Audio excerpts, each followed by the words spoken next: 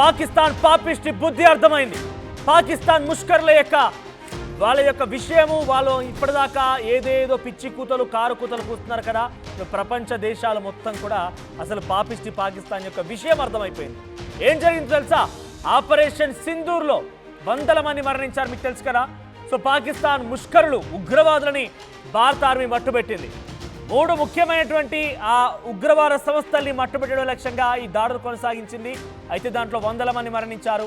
వారి అంత్యక్రియల్లో వారి మృతదేహాలకి సెల్యూట్ కొడుతూ పాకిస్తాన్ ఆర్మీ కనిపించింది. ఇక్కడ దృశ్యాలు చూడండి. అక్కడ చనిపోయిన వారేదో స్వాతంత్ర సమరయోధులు కాదు, అక్కడ చనిపోయిన వారేదో సామాజిక సేవ చేసి అసూలు బాసిన వారు కాదు. అక్కడ చనిపోయింది ఉగ్రవాదులు, మనుషుల రక్త మాంసాలను తినేటువంటి ఆ మనుషుల రక్తాన్ని కళ్ళతో చూసినటువంటి ఆ ముష్కరులు, ఆ పాపిష్టి పాకిస్తాన్ యొక్క మృతదేహాలవన్నీ కూడా వారి యొక్క మృతదేహాలకి సెల్యూట్ కొడుతూ వాళ్ళ మృతదేహాలని పాకిస్తాన్ జెండాతో కప్పి ఇక్కడ కనబడుతుంది చూడండి. ఈ ఉగ్రవాదులు అక్కడ హతమైంది, ఈ ఉగ్రవాదులనే అక్కడ అంతమొందించింది. సో ఈ ఉగ్రవాదులని పాకిస్తాన్ జెండా కప్పి డబ్బాలో పెట్టి వారందరినీ మోస్తూ వెళ్తూ పాకిస్తాన్ ఆర్మీ వాళ్ళకి సెల్యూట్ చేస్తోంది. ఇది సరిపోదా? టెర్రరిజానికి పాకిస్తాన్ ఎంతలా పెంచి పోషిస్తుందో, టెర్రరిజాన్ని ఎంతలా ఫండింగ్ చేస్తోందో, టెర్రరిజానికి ఎంత పెద్ద మొత్తంలో వారు నిధులు సమకూరుస్తున్నారో ఈ ఒక్క ఉదాహరణ చూసి సరిపోదా? ఇంతకంటే ఏం కావాలి? ఒకవైపు మేము కూడా ఉగ్రవాదుల నుంచి బాధితులమే, మేము కూడా ఉగ్రవాదుల నుంచి బారించబడ్డ వాళ్ళం, మేము కూడా ఉగ్రవాదుల నుంచి అనేక రకాల ఇబ్బందులు పడ్డవాళ్ళం అని చెప్తూ పాకిస్తాన్ మంత్రులు కారు కూతలు కూస్తున్నారు.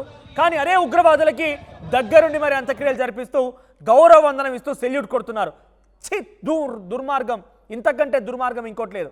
సో చూడండి, బయటికేమో ధైర్యంగా నిజంగా మీరు చెప్పదలుచుకుంటే, నిజంగా మేము పాకిస్తాన్ ఉగ్రవాదుల దేశంగా ఉగ్రవాదం పెంచిపోస్తున్నాం కనుక చెప్పాలనుకుంటే ధైర్యంగా చెప్పండి, మీకు దమ్ము ధైర్యం ఉంటే ధైర్యంగా మాట్లాడండి. కానీ దొంగ దెబ్బ తీసి పిచ్చి పిచ్చిగా కారు కూతలు కూసి వీళ్ళందరినీ భారత వైపుగా ఉసుగొలిపి మళ్ళీ మాకేం తెలీదు, మాకు అసలు సంబంధమే లేదు, మేము చాలా నీతివంతులం నిజాయితీవంతులం అని చెప్పుకోవడానికి కనీసం సిగ్గు అనిపించాలి.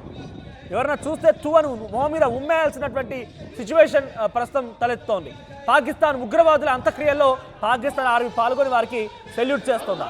ఐఎస్ఐ ఆఫీసర్లు సెల్యూట్ చేస్తున్నారు, పాకిస్తాన్ ఆర్మీ చీఫ్ సెల్యూట్ చేస్తున్నాడు, పాకిస్తాన్ ఆర్మీకి సంబంధించినటువంటి సిబ్బంది సెల్యూట్ చేస్తున్నారు. ఇండియాకి వ్యతిరేకంగా నినాదాలు చేస్తూ అక్కడ వారు అంత్యక్రియల్లో పాల్గొంటున్నారు. అయితే ఆసుపత్రిలోని ఉగ్రవాదులను కూడా Pak army senior officer ISI అధికారులు కూడా వారందరినీ సందర్శించారు, వారందరితో మాట్లాడారు, వారి యొక్క బాగోగులను కూడా తెలుసుకున్నారు. ఒకవైపున ఈరోజు ఉదయాన్నే ఈ టెర్రర్ అటాక్స్ తర్వాత టెర్రర్కి సంబంధించినటువంటి క్యాంప్స్ని భారత ఆపరేషన్ సింధూర్ పేరిట పేల్ చేసిన తర్వాత పాకిస్తాన్కి సంబంధించినటువంటి ఇన్ఫర్మేషన్ అండ్ బ్రాడ్కాస్టింగ్ మినిస్టర్ ఒక ఇంటర్వ్యూలో మాట్లాడుతూ ఏమంటున్నాడు తెలుసా? పాకిస్తాన్లో టెర్రర్ క్యాంప్స్ లేనే లేవు, పాకిస్తాన్లో టెర్రర్ క్యాంప్స్ సంబంధించిన ఆనవాలే లేవు, పాకిస్తాన్లో ఆర్మీ ఉంది, పాకిస్తాన్ కూడా స్వయంగా ఒక టెర్రరిజానికి సంబంధించినటువంటి భారతదేశమే. కాబట్టి భారతదేశం కావాలనేమో పాకిస్తాన్ సివిలియన్స్ పైన దాడి చేసి ఇక్కడ టెర్రరిజం అనేటువంటి మాటని మాట్లాడుతోంది. టెర్రరిస్టులు లేనే లేరట.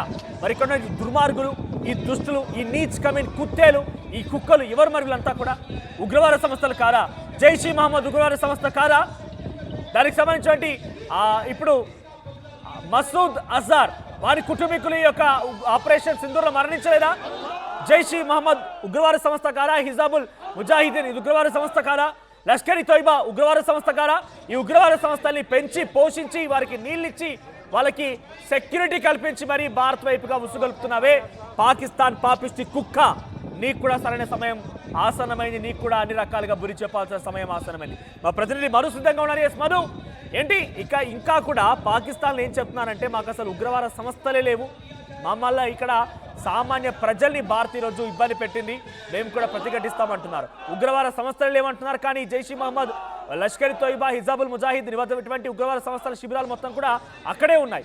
మరీ ముఖ్యంగా ఇక్కడ ఉన్నటువంటి ఉగ్రవాదుల తర్వాత, ఉగ్రవాద హతమైన తర్వాత వారి మృతదేహాలకి సెల్యూట్ చేస్తూ గౌరవవందనం చేస్తున్నారు. ఎలా చూడాలి దీన్ని? ఎగ్జాక్ట్లీ, చాలా అగ్రెషన్గా మోడీ స్పీచ్ ఇచ్చారు బిహార్ వేదికపై నుంచి, రాజకీయ వేదికపై నుంచి ప్రపంచానికి న్యూస్ ఒక మెసేజ్ అంటూ అక్కడ నుంచి ఆయన చాలా గాండ్రించారు అక్కడ నుంచి. సో దాని తర్వాత జరిగినటువంటి పహల్గామ్లో జరిగినటువంటి దాడిలో సింధూరం తుడిచివేస్తే ఈరోజు ఆపరేషన్ సింధూర్ పేరిట పాకిస్తాన్లో ఉగ్రవాదుల రక్తపు టేరులు పారినటువంటి సిచ్యువేషన్ ఉంది. అనేక మంది ఉగ్రవాదులు చనిపోయారు.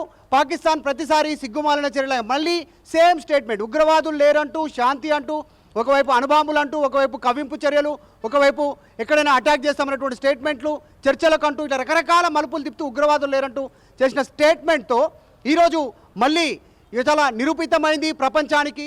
ఎక్కడైతే ఉగ్రవాద క్యాంపుల పైన, మసూద్ అజార్కి సంబంధించినటువంటి ఉగ్రవాద క్యాంపులు, అక్కడ మదర్సాలపైన, వారి నివాసాలపైన, బిల్డింగ్లపైన దాడులు చేస్తే ఉగ్రవాదులు చనిపోయినటువంటి సిచ్యువేషన్, అదే ఉగ్రవాదులకి పాకిస్తాన్లో అంత్యక్రియలు చేస్తూ, నినాదాలు చేస్తూ, స్లోగన్స్ ఇస్తూ డైరెక్ట్గా పాకిస్తాన్ ఆర్మీ, ఐఎస్ఐ, అక్కడ ఉన్నటువంటి ప్రజలు, సానుభూతి పరులు, ఉగ్రవాదుల సానుభూతి పరులు ర్యాలీ ద్వారా వెళ్ళి ఖననం చేసినటువంటి సిచ్యువేషన్ మనం చూస్తాం. సో ఇది నిజంగా కూడా ఇది మరొకసారి నిరూపితమైంది ప్రపంచానికి.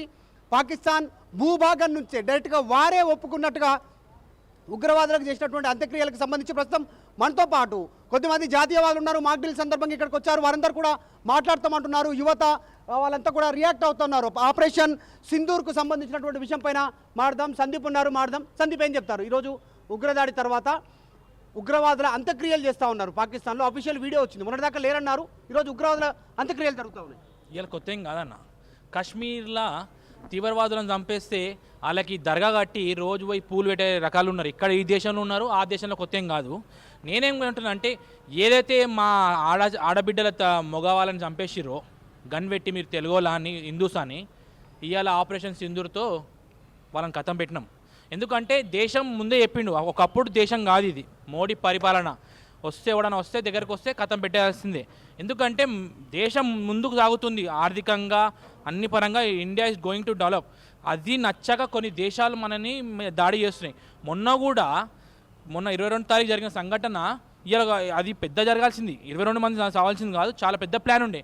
దేవుని దయతో తక్కువ మంది చనిపోయారు, కానీ దాని తక్కువ మంది కూడా ఎట్లా జవాబు ఇవ్వాలి, ఇంకోసారి ఎవరైనా టూరిస్ట్ దగ్గరికి వస్తే ఎట్లా జవాబు ఇస్తారన్నది ఈరోజు నైట్ జరిగిన దాడి ఉందో మోడీ గారు చెప్పారు. ఇంకోటి ఏంటంటే, ఒక గొప్ప నాయకుడు ఉంటే దేశం ఎలా జవాబిస్తారని ఈరోజు రుజువైంది. అభిరాము, మోదీకి చెప్పుకోండి అనేటువంటిది. అక్కడ ఉన్న ఆడవాళ్ళు వాళ్ళ భర్తల ముందు వాళ్ళ కళ్ళ ముందే కాల్చి చంపేస్తే మమ్మల్ని కూడా కాల్చి చంపండి అని ఉగ్రవాదులను అడిగితే, మీ మోదీకి చెప్పుకోండి, మీ దేశానికి, మీ ప్రభుత్వానికి చెప్పుకోండి అనేటువంటి స్టేట్మెంట్.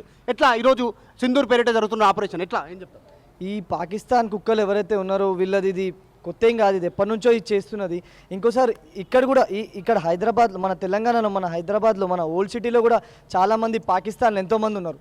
చూస్తాను, మనం ఎక్కడైతే వెళ్ళి స్టిక్కర్స్ అతకబెట్టడం జరుగుతుందో అవి వెళ్ళి తీసేయడం కూడా జరుగుతుంది. పాకిస్తాన్ కుక్కలు ఎవరైతే చేస్తున్నారో, ఇవాళ ఆపరేషన్ టిండుతో రాత్రి అక్కడ సూర్యోదయం అయి మోడీ గారు మనకు చూపించారు అక్కడ ఏందో అన్నది, మన శక్తి ఏందో, మనకి సంఘటన శక్తి ఏందో మోడీ గారు చూపించడం జరిగింది.